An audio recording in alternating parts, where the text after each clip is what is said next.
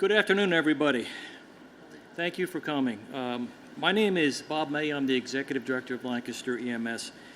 I want to welcome members of the press, Lancaster EMS employees, our board members. We have 3 board members here today. Of course, Dr. Levine, Commissioner Trago, and also we have a few leaders from the EMS Bureau office here as well. So again, welcome to Lancaster EMS, our Millersville station. And for those that may not be familiar, Lancaster EMS is the largest EMS agency in Lancaster County. We're the only accredited agency in the county as well. Our roots were established about 25 years ago when several local hospitals combined forces.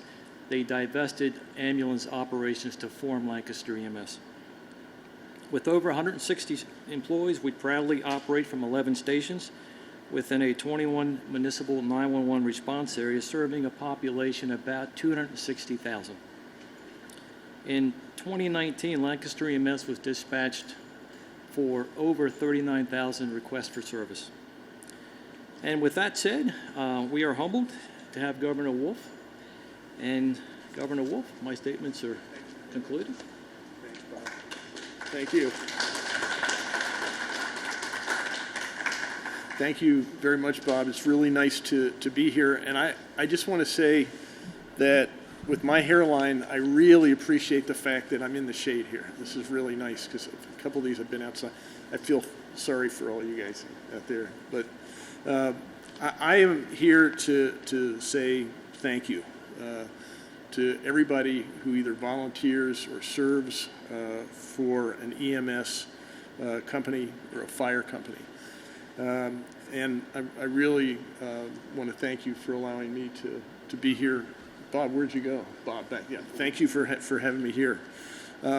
As all of you know, the EMS workers have been on the front lines. They're always on the front lines, but they've been especially on the front lines during this COVID crisis. They've had to do all kinds of things to adapt to keep themselves safe and to keep their patients and the people they're serving safe. And again, they've done this while they're continuing to do what they've always done and serve as a lifeline to their communities. This has happened at a really interesting time because while they're doing so much more than they've ever done before, their fundraising capacity has been restricted.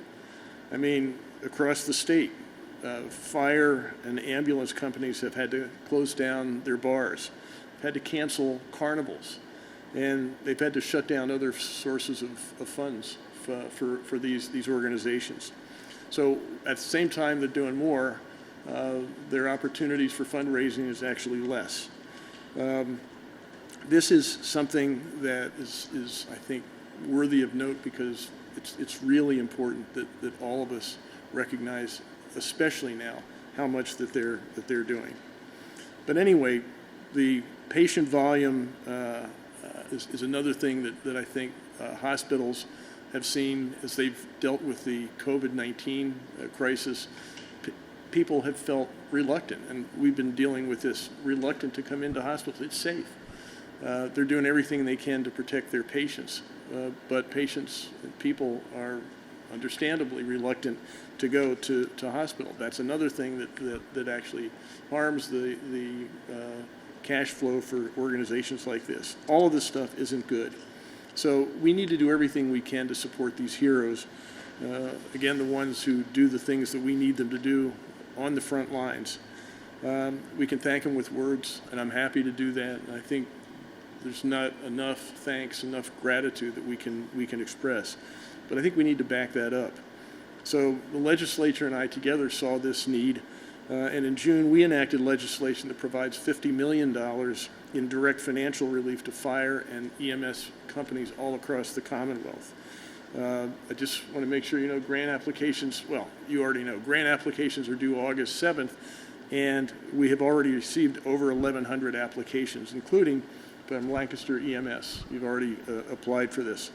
And I'm glad that you have, because you deserve the help. And here at Lancaster EMS, you're going to be using this to buy equipment like a decontamination spray system. It's going to help you sanitize facilities here and all the other things that you're doing. I'm proud of this program. It's something that again, adds some concrete show of gratitude to the thanks that we're saying all the time, and we ought to say. But it's the kind of thing that I think we need to do to protect and help the folks who are helping and protecting us. Again, you guys, Lancaster EMS and EMS all over the Commonwealth have responded really bravely and amazingly to this COVID crisis. And even during this time of hardship, you've provided safe and competent and compassionate emergency care that makes Pennsylvania's EMS network second to none in the country. So thank you very much. And one final reminder, you can watch this press conference and others on our social media pages on pa.gov. With that, I'm very proud to turn this over to my colleague, Secretary of Health, Dr. Rachel Levine. Dr. Levine.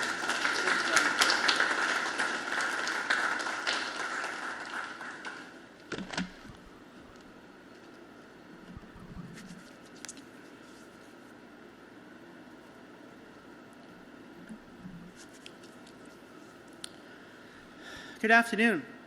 Thank you, Governor Wolf, for that introduction. For our data update today, as of 12 a.m. this morning, we had 860 new cases of COVID-19 in Pennsylvania. This brings our statewide total to 111,078 Pennsylvanians who have tested positive for COVID-19 in all 67 counties. Tragically, 7,176 deaths have been attributed to COVID-19. It is truly an honor to be here today to thank our EMS providers for the work that they do all the time, not only during this novel coronavirus, COVID-19, but all the time, each and every day.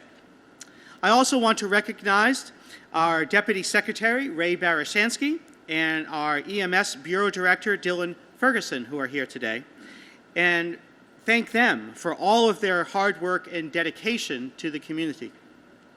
We know that our EMS providers across the state face numerous challenges.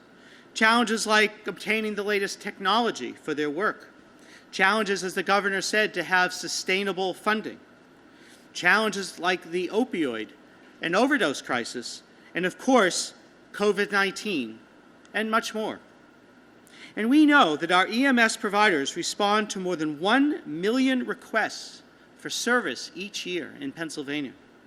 This includes dealing with patients with serious life-threatening health issues, including heart attacks, overdoses, and of course, at this time, COVID-19. While our EMS teams are prepared to respond to emergencies, they're really not the first line of medical care for routine illnesses. Hospital and physician offices are taking proper precautions to prevent COVID-19 exposure. So please, as the governor mentioned, do not delay your medical care, whether that is for an acute issue or whether that is for your checkups and chronic medical conditions. Please seek out your healthcare providers and obtain that necessary care. When you do, it can lead to these concerns becoming better so that you don't delay and so that they're life-threatening. Our EMS providers are vital, integral parts of our communities, and I want to personally thank them for joining us once again in a fight to stop a disease from ravaging Pennsylvania. Now, there is an important way that all of us can thank our EMS providers, and that is to wear a mask. When you wear a mask in public, you are showing respect for our frontline EMS providers, and you are actually protecting them, protecting our EMS providers who are our true frontline responders. Wearing a mask is one of the easiest things that we as Pennsylvanians can do to stop the spread of this very contagious and dangerous virus, COVID-19. When you wear a mask, whether you are walking on the street, whether you're inside a grocery store, shopping at a retail store, or even outside in a park, it is a sign to the whole community and to our Commonwealth that we are all in this together. And what is most important for Pennsylvanians to remember stay calm, stay alert, and stay safe. Thank you. And now it is my pleasure to introduce my friend and colleague, the Pennsylvania Fire Commissioner, Bruce Trago.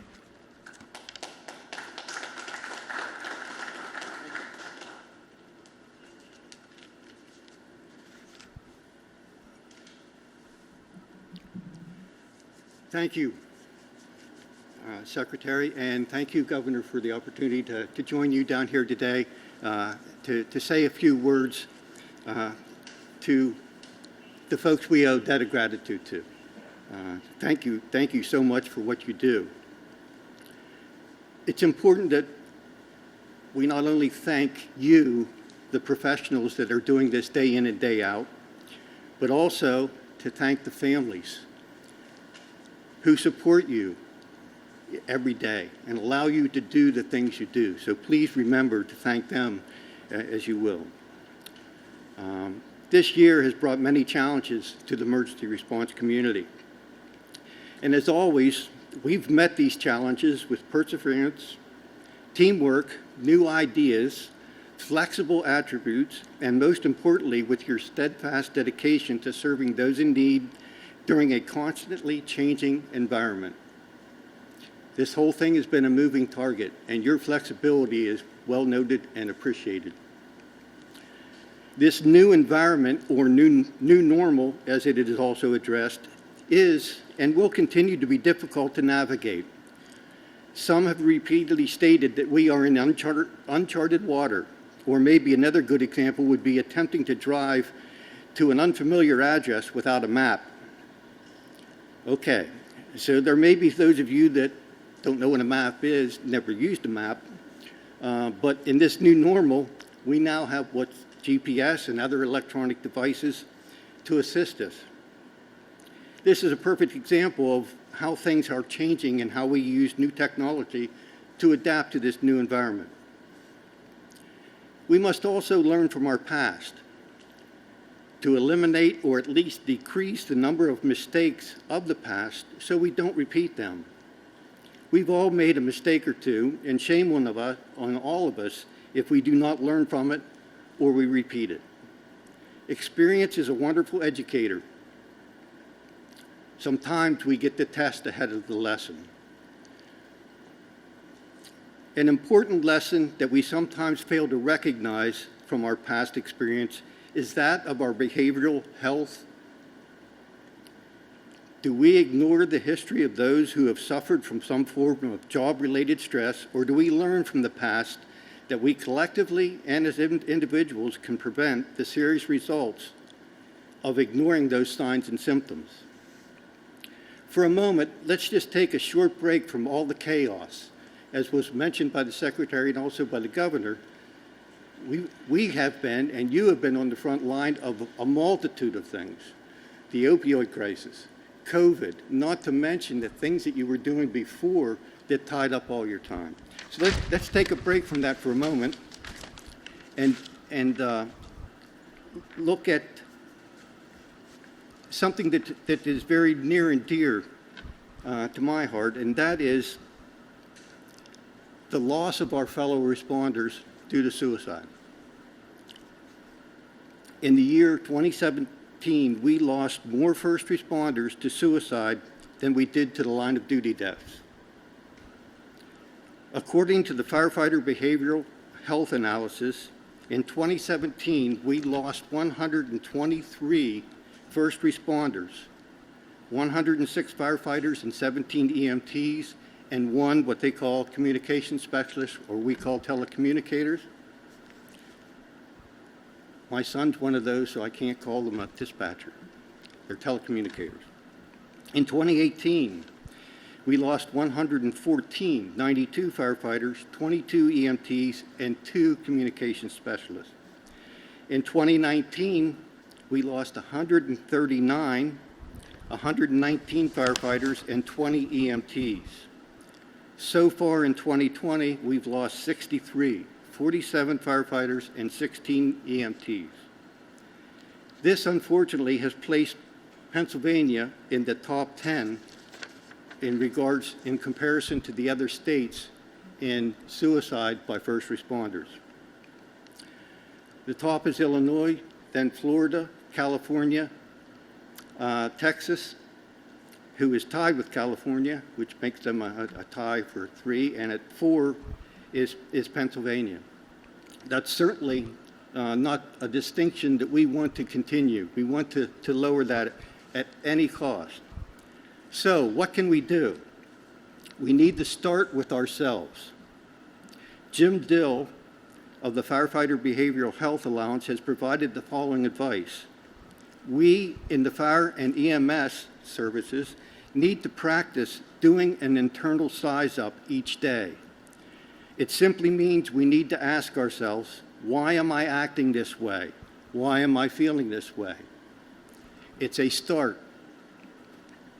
As individuals, we can no longer fall prey to the stigma associated with those who are suffering with some type of stress from the job, especially to that statement that has been made many times in the past when an individual would admit something on the last call bothered them. That statement was, "Suck it up, kid, that's part of the job." That stigma must be in the past, and we need to recognize that we are all human beings, we have feelings, and we are not all the same when it comes to dealing with the stressors of our job. Collectively, we must eliminate that stigma and see that it does not become part of our new normal. Every one of you has trained, worked professionally, and you are on your A game when the people you are serving are probably having the worst day of their life. Is there stress there? Absolutely. Yesterday, we announced the availability of 4 online courses at no cost to PA, fire, and emergency medical services personnel. It's on Train PA. If you're not currently a user, you will need to register for the Train PA account, and the courses cover a variety of topics and they are titled, Being a First Responder During a Global Pandemic, Had a Bad Call, How to Support Your Fellow First Responders, and Capturing the Load. Those first 3 courses are about 10 minutes each, so you can take them when you're on a break. Pretty easy, not time consuming. The last one is Capturing the Load. It's a 1-hour program. In a conversation right before this started, Director, where'd he go? There he is. Director Dylan Ferguson has offered to assist us in getting Con Ed credits for you for that program. So please, take advantage of these resources to help you, your peers, and your family. Thank you again for the opportunity to speak here today, and a huge thank you to you and your families for what you have done and what you are doing to service the citizens of the Commonwealth of Pennsylvania. It is now my pleasure to introduce Jerry Schramm, Director of Operations and Deputy Chief of Lancaster County EMS. Lancaster EMS. Thank you.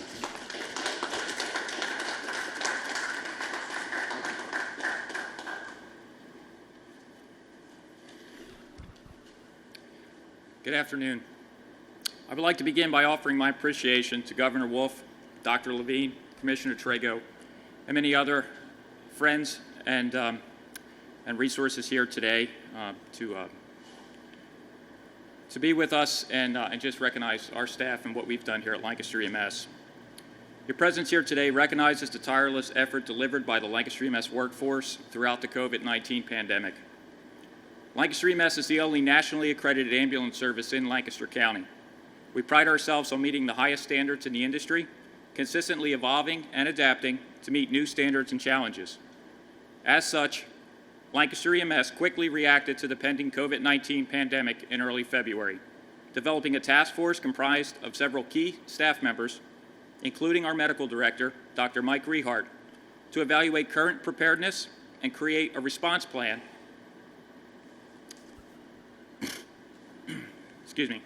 create a response plan should the COVID-19 virus reach Lancaster County.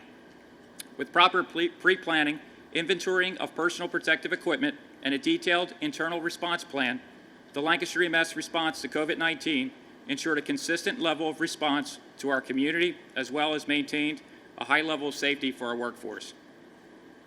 As the pandemic progressed, we continue to remain flexible, thorough, and dynamic.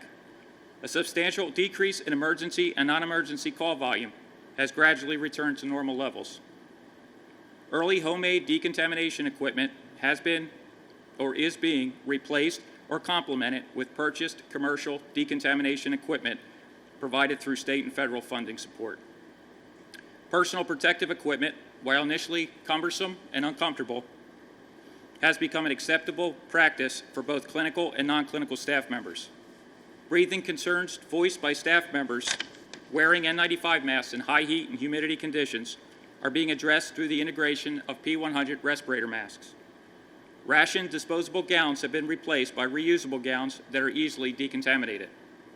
Routine vehicle decontamination efforts have exponentially increased, while most vehicles receiving daily decontamination several times each day.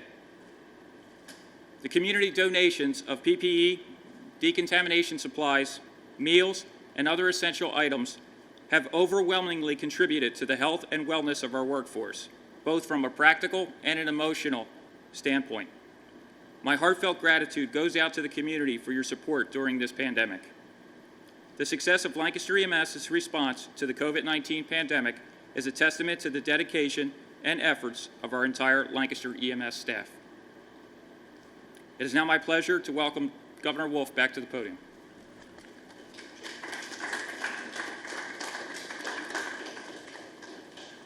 So thank you, Jerry, and again, Bob, thank you very much for allowing us to be here with you and say thank you and show our thanks. Now I'm happy to open this up for questions. Yes? Okay. Governor, I have a question for both you and Dr. Levine. I was wondering your reaction to Russ Diamond today, but also secondly, I was wondering from Dr. Levine, do you believe he was trying to make a comparison on the discrimination against LGBTQ in this community to those who don't want to wear masks? Okay, I'll let Dr. Levine speak. I don't know what he was talking about. I mean, it seems to me that we can complain about gravity or stop signs or seat belts, but they actually make a difference, and it's a fact of life. The virus actually does better if people are not wearing masks. I personally would like the virus to do less well. I would like the virus to infect fewer people. And the fact is that if you wear a mask, it actually keeps other people from getting any infection from you. You're actually doing a nice thing for other people. So I don't get what the issue is with the face masks at all, and I certainly don't get why you'd actually conflate that with discrimination against people for their identity, and it just doesn't make any sense to me at all. I thought it was it was factually incorrect, and it was nasty. Dr. Levine, you want to say anything?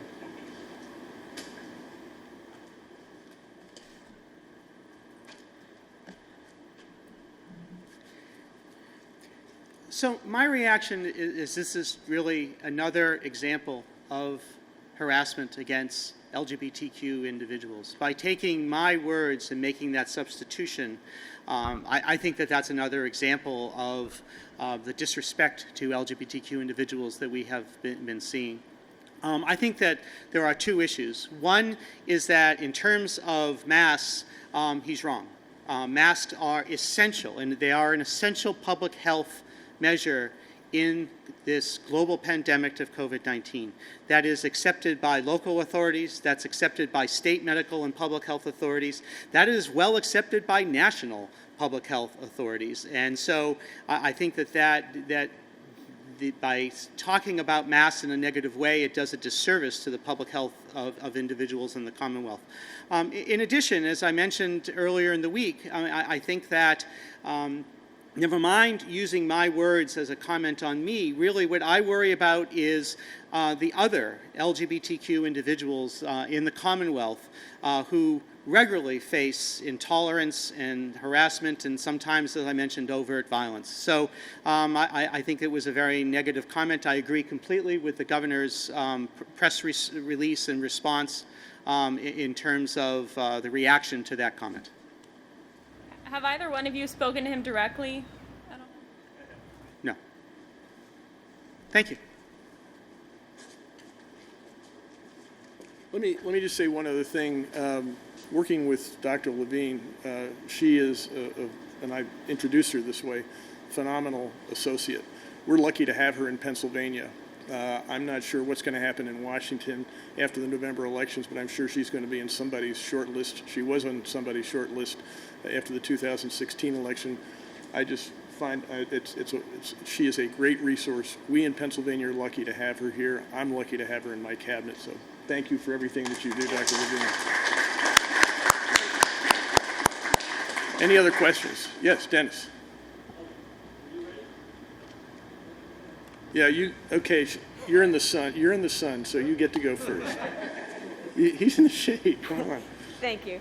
So locally, there have been calls for you to allow decisions about COVID mitigation to be made locally, especially given that COVID hospitalizations are down considerably in Lancaster County. Are you considering that, and why or why not? Well, again, the state is everything is in green, so we are making local decisions. I've made some statewide decisions, like wearing a mask, and again, the limitations on bars and restaurants. But with the exception of that, the broad sweeping statewide changes that I made early on to buy time when we didn't have the resources we have now, or the information that we have now. I'm not doing that.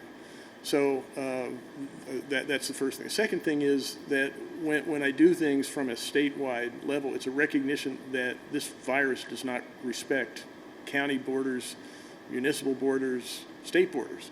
I mean, one of the things that's causing this upsurge that we're seeing right now in Pennsylvania is not because of anything we've done here in Pennsylvania, but we're paying the price for things that didn't happen in other states. So we're seeing this virus come east from the west and southwest. We're seeing this virus come north from, you saw the Phillies, Marlins. How many of the Marlins players and coaches tested positive? There are certain things we can do from a statewide level. There are certain things we can do from a regional level. I'm working with 7 states in the Northeast, working with New Jersey and New York on a plan to do some things right now to address the upsurge. But for the most part, it is in the hands of local folks to do what they feel they need to do. School districts, those are local school board decisions as to how they open, when they open. It's up to them to decide how they're going to do all kinds of things. So I'm not sure what you're talking about. Early on, as you recall, we didn't have masks. We didn't have protective equipment. We didn't have ventilators. Right now we have that. How many ventilators are being used by COVID now? 90-something? Around 100. We have 5,300 out there, and the state has another inventory in Harrisburg. So we have gowns. We're actually looking for warehouse space to house these inventories. So we have capacity in our healthcare system now that we just didn't have back in the early going, and it called for a really hard shutdown. We're in a different place right now, and I think by doing focused things at the state level on a very few cases, this has taken the place of the broad, blunt instruments that we had back in the beginning of the pandemic. If I could, one more quick thing. Anything that you could say in general on how Lancaster County has been doing responding to COVID? I just turn that over to Secretary Levine.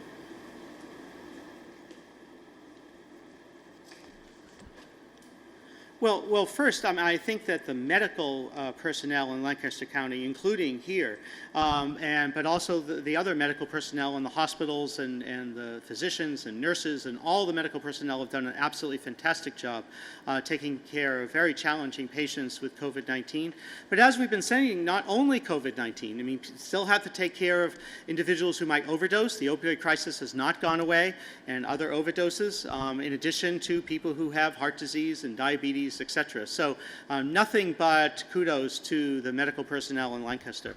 Overall, Lancaster has done well in terms of COVID-19.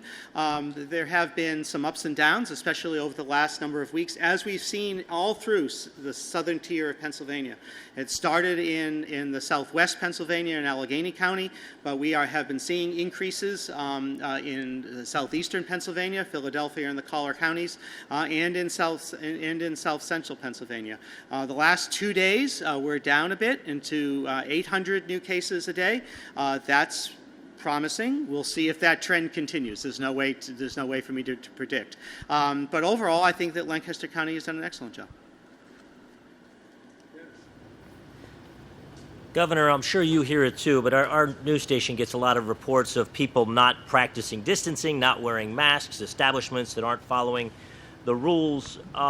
What do you want them to do? I know you've been very reticent to actually cite any of these places. Or do you want people to be turning others in? I know there was a release from your office yesterday about what to do if they see behaviors that are not good. Yeah, and that was a good point. That was just a reminder to say, you know, these are enforceable mechanisms, and there are things that you can do if you're an employee and you're concerned for your safety.